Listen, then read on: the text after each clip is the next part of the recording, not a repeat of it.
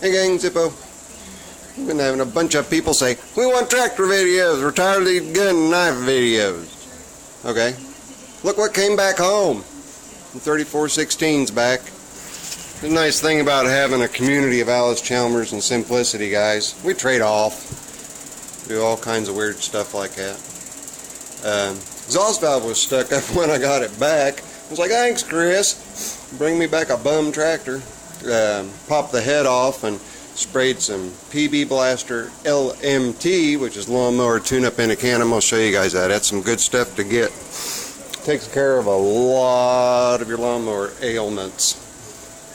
There it is. LMT lawnmower tune-up. And I'll tell you a secret. The main ingredient in this stuff, it's red. Now think about what other fluids you put in a vehicle that's red, and you'll have an idea of one of this world's super lubricants. That's right, I'm talking tranny fluid. Does a real good job of all kinds of slickery stuff. Anyway, you can even add it to gas to help your valve train. But she came back, just got it back, I don't know, maybe an hour ago or so. Chris dropped it off. And got to work on the charging system, just little things. But I took 16 horse out, put 9 horse waste pump motor that was in the Squire years ago. Put that in there. And I don't know, it's the only hydro that either one of us have messed with. And we both like it, but he was kind of cramped for space. All in all, it's still my tractor, but Chris, like my brother, he wants it. You know, it went over there. So anyway, we've got to start getting back into the tractor videos. I'm gonna show you guys these Springfields. Finally got to working on them. Got them. This is the one that Larry's wanting to use. This is Larry's the guy that owns that gray and maroon King Midget, and he sent all 3 of his old Springfields over. That I think it was his father-in-law or his stepfather or father-in-law. I think it was father-in-law. Used to do small engine work, and he liked the Springfield, so he restored that one. He restored this little one, and I found, it was kind of hard to do, but see the seat that's on that one? I found the exact same seat for this little Springfield. Yeah, I know, wrong color. And no, that's not John Deere green. It did not come off of a John Deere. If it did, I'd have burned it.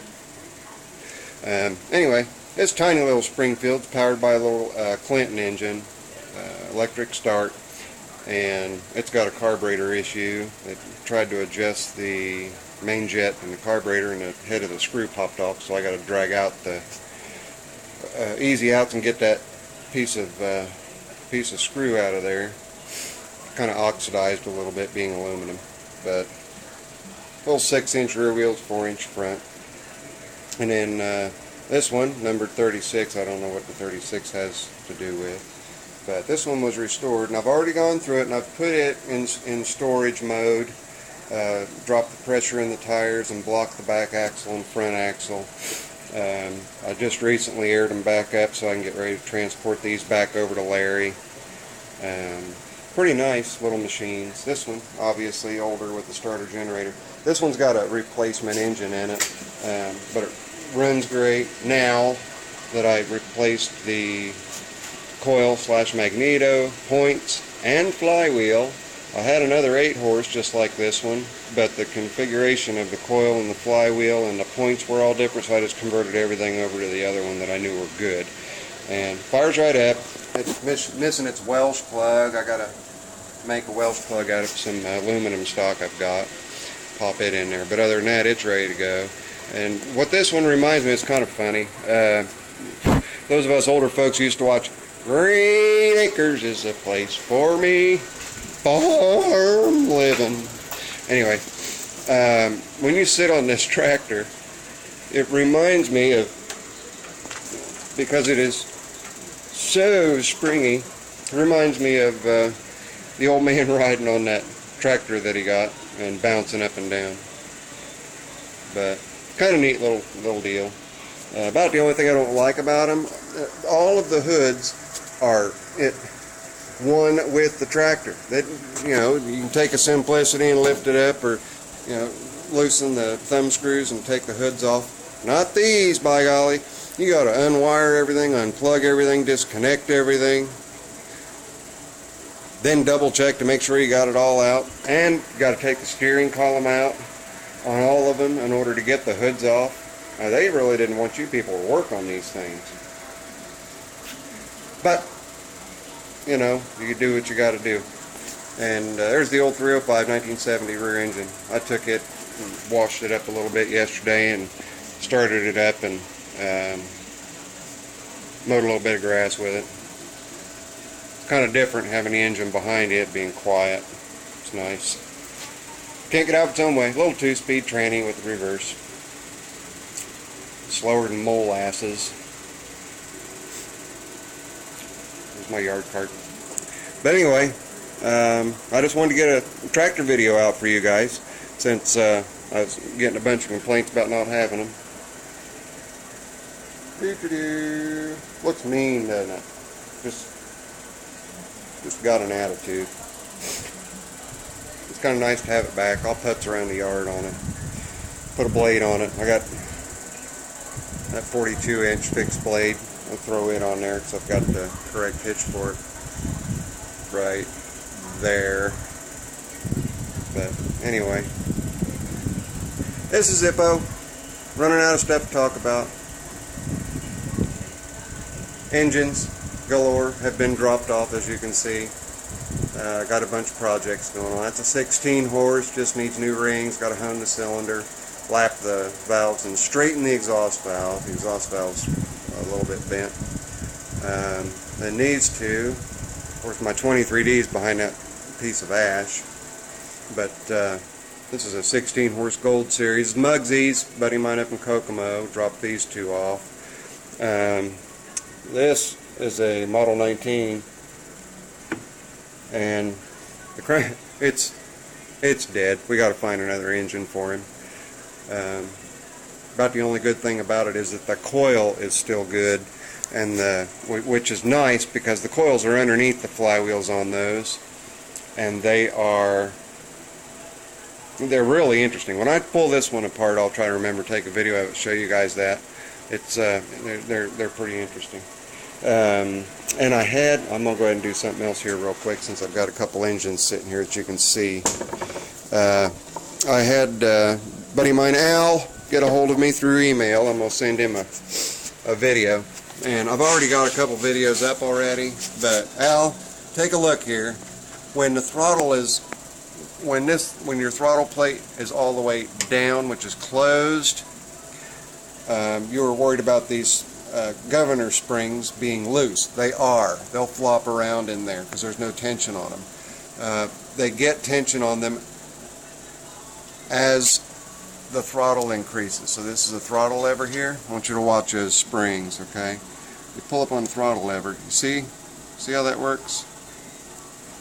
And what the governor does is helps maintain your engine speed. It forces the carburetor to maintain the engine speed and use your horsepower and torque that the engine is designed for. Unlike an accelerator pedal, you want to hold a constant steady temperature. Yeah, you want to hold a constant steady throttle position. The governor is what helps you do it. So look at your setup there. You can see that spring to the right is in a slip yoke in the back. Slip yoke, slip sleeve, whatever you want to call it, in the back. And you can see it sliding in and out of it. And I've got to pull up on the throttle quite a bit to get it to extend. See? Okay. So these springs aren't going to be floppy just sitting there doing nothing. I've got another video out that I'll send you that you need to watch, and it's on the governor setup, and then also everything on rebuilding a carburetor. I've got a couple videos on that, so watch for that, Al. And to everybody over on the gun and knife side, don't worry, I'll keep making videos of guns and knives. Just not as many now that spring is, well, I may as well call it summer. It's in the 90s already. Went right from winter to winter to rain, down, and now we're into summer. So spring lasted about 3 weeks. But anyway, you guys stay tuned. I'll show you how I freshen the engine up.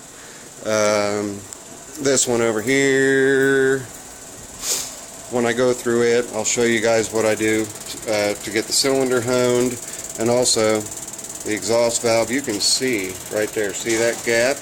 That should not be there. That's because that exhaust valve is bent. Let me rotate this around, get the